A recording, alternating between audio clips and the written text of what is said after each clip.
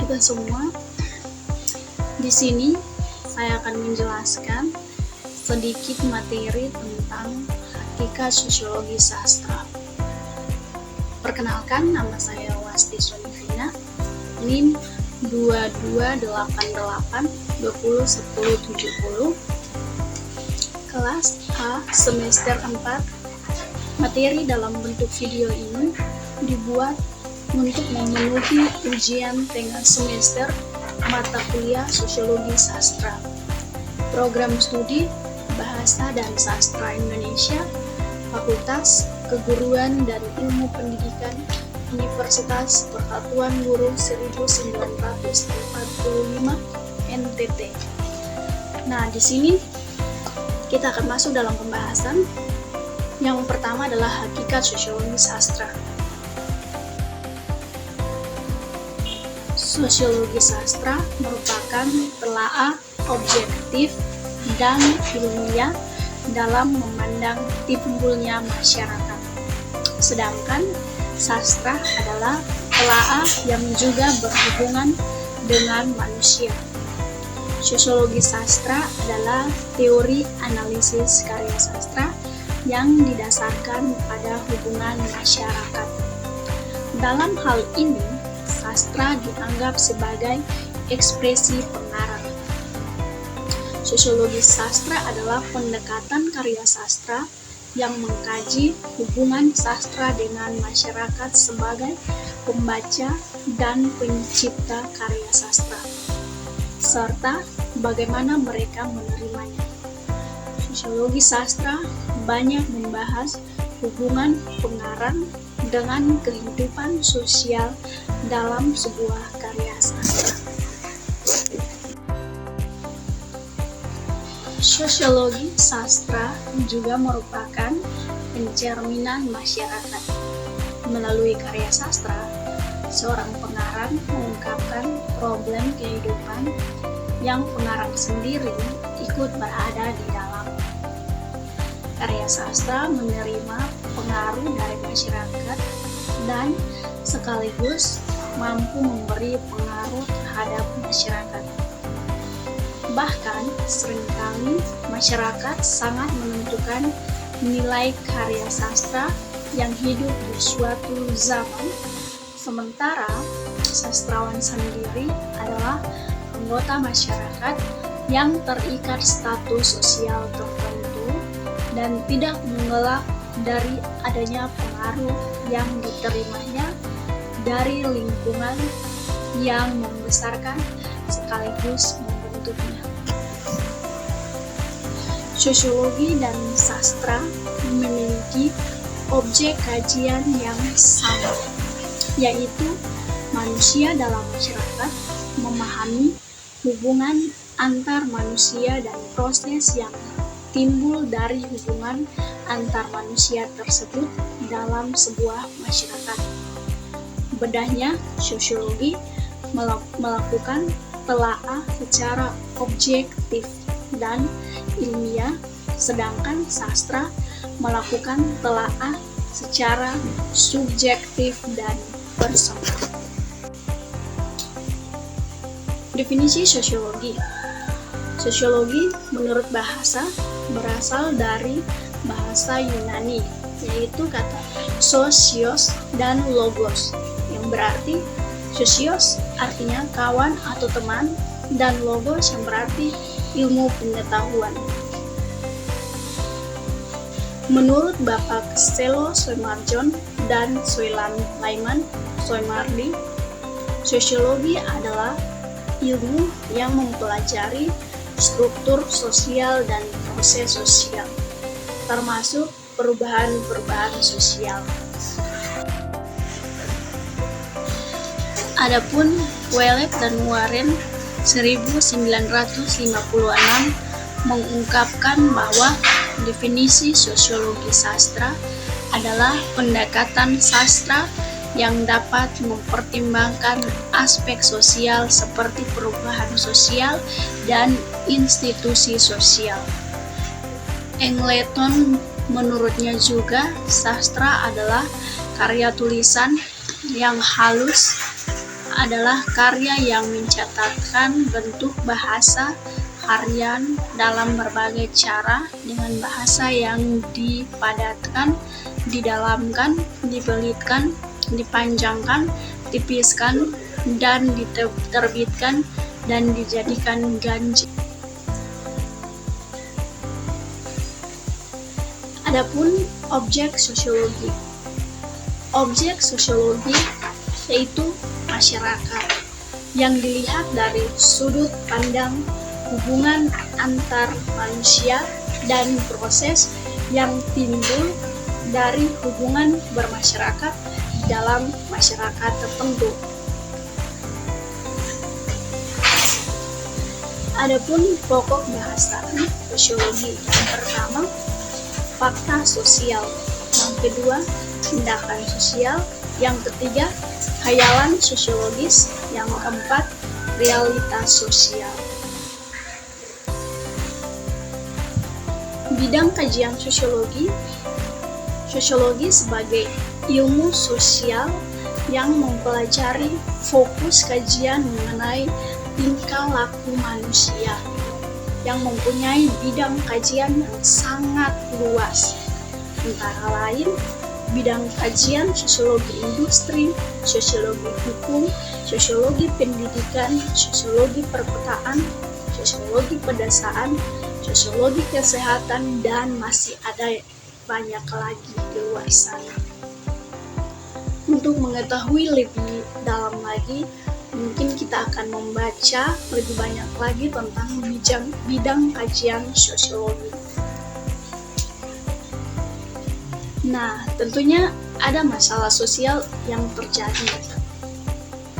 Menurut Sorjono Swekanto, masalah sosial adalah suatu ketidaksesuaian antara unsur-unsur kebudayaan pada masyarakat yang membahayakan kehidupan kelompok sosial. Starr 1975 membagi masalah sosial menjadi 3 macam, yaitu konflik dan kesenjangan, yang kedua perilaku menyimpang, yang ketiga perkembangan manusia.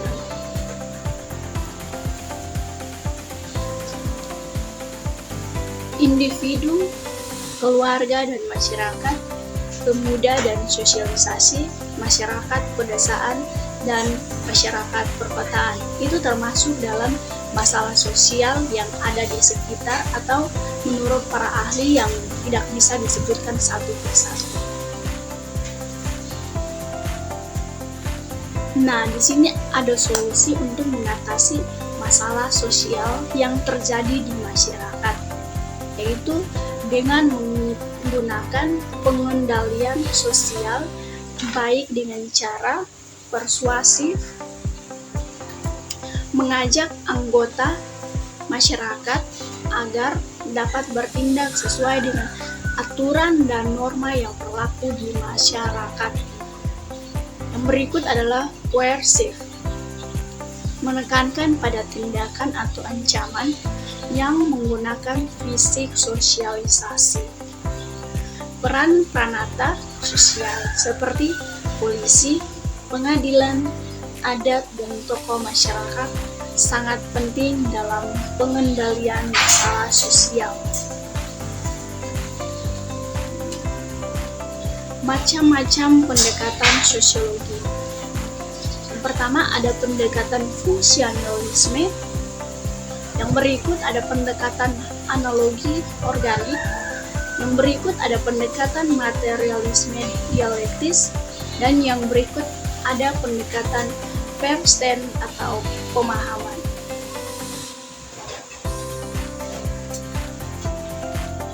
Sosiologi sastra juga disebut sebagai sosiokritik, adalah ilmu sastra interdisiplin atau ilmu sastra dengan ilmu sosiologi yang dipicu sebagai tanggapan atas kekurangan teori strukturalisme. Nah, di sini ada pokok bahasa sosiologi sastra. yaitu pengaruh-pengaruh aspek-aspek sosial pengarang terhadap karya sastra yang diciptakannya, pola-pola produksi dan distribusi karya sastra dalam suatu masyarakat.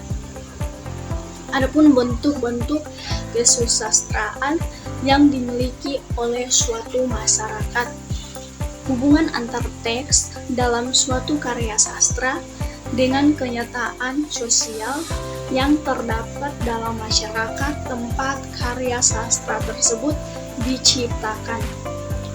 Memahami secara timbal balik sastra melalui masyarakat dan atau masyarakat melalui karya sastra. Nah, di situ ada timbal balik. Yang poin kelima, ada timbal balik antara masyarakat dan karya sastra. Jadi dari memahami secara timbal balik sastra melalui masyarakat dan atau masyarakat melalui karya sastra. Nah, timbal balik di sini, nah itu dari masyarakat melalui karya sastra atau sastra melalui masyarakat. Nah, itu adalah timbal balik antara sastra dan masyarakat. Jadi masyarakat dengan sastra itu ada keterkaitan yang sangat erat dan ada timbal balik yang sangat erat juga. Jadi penting untuk kita belajar tentang sastra pada kehidupan masyarakat. Mungkin itu menurut pemahaman dari saya. Nah, yang berikut adalah sasaran penelitian sosiologi sastra. Fungsi sosial sastra, produksi dan pemasaran sastra, sastra sebagai cerminan pada masyarakat. Nah, pada poin ketiga ini mungkin sastra sebagai cerminan masyarakat. Nah, dalam kehidupan bermasyarakat, tentunya sastra ini sangat penting untuk kita pelajari dan kita pahami bersama. Karena poin ketiga ini sudah menjadi salah satu poin untuk kita mempelajarinya secara bersama-sama, itu sastra sebagai cerminan pada masyarakat. Nah, berarti sastra ini sangat penting untuk kita pelajari. Pengarang menciptakan karya sastra berdasarkan fenomena-fenomena yang terjadi di dalam lingkungan kehidupan manusia. Dengan kata lain, karya sastra dapat dipengaruhi dan mempengaruhi manusia di sekitar.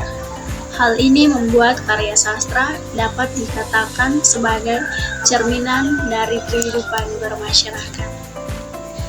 Begitu, teman-teman. Yang berikut adalah pendekatan sosiologi sastra. Menurut Van Watt, pada tahun 1964,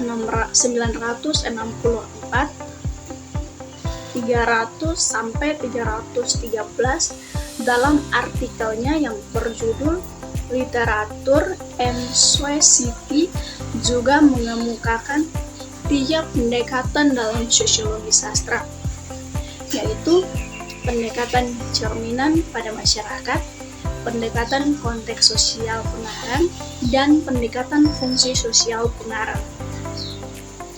Nah, di situ ada pendekatan-pendekatan yang tentunya harus kita pelajari bersama pada materi yang berikut. Di situ sangat penting, teman-teman, untuk kita pelajari. Karena melalui pendekatan pada masyarakat dan pendekatan sosiologi sastra ini, kita dapat mengetahui bagaimana cara untuk mendekatkan diri kepada masyarakat dengan konteks sosial pada pendekatan fungsi sosial yang terdapat pada sosiologi sastra ini, teman-teman. Dapat disimpulkan bahwa sosiologi sastra adalah penelitian suatu karya sastra terhadap hubungannya dalam masyarakat, yakni masyarakat sebagai pembaca karya sastra, masyarakat sebagai pencipta karya sastra, dan penerimaan masyarakat terhadap suatu karya sastra. Nah, Sekian materi yang saya bagikan. Jika ada kesalahan, mohon dibicarakan baik-baik, bukan malah pergi mencari yang lebih baik. Terima kasih.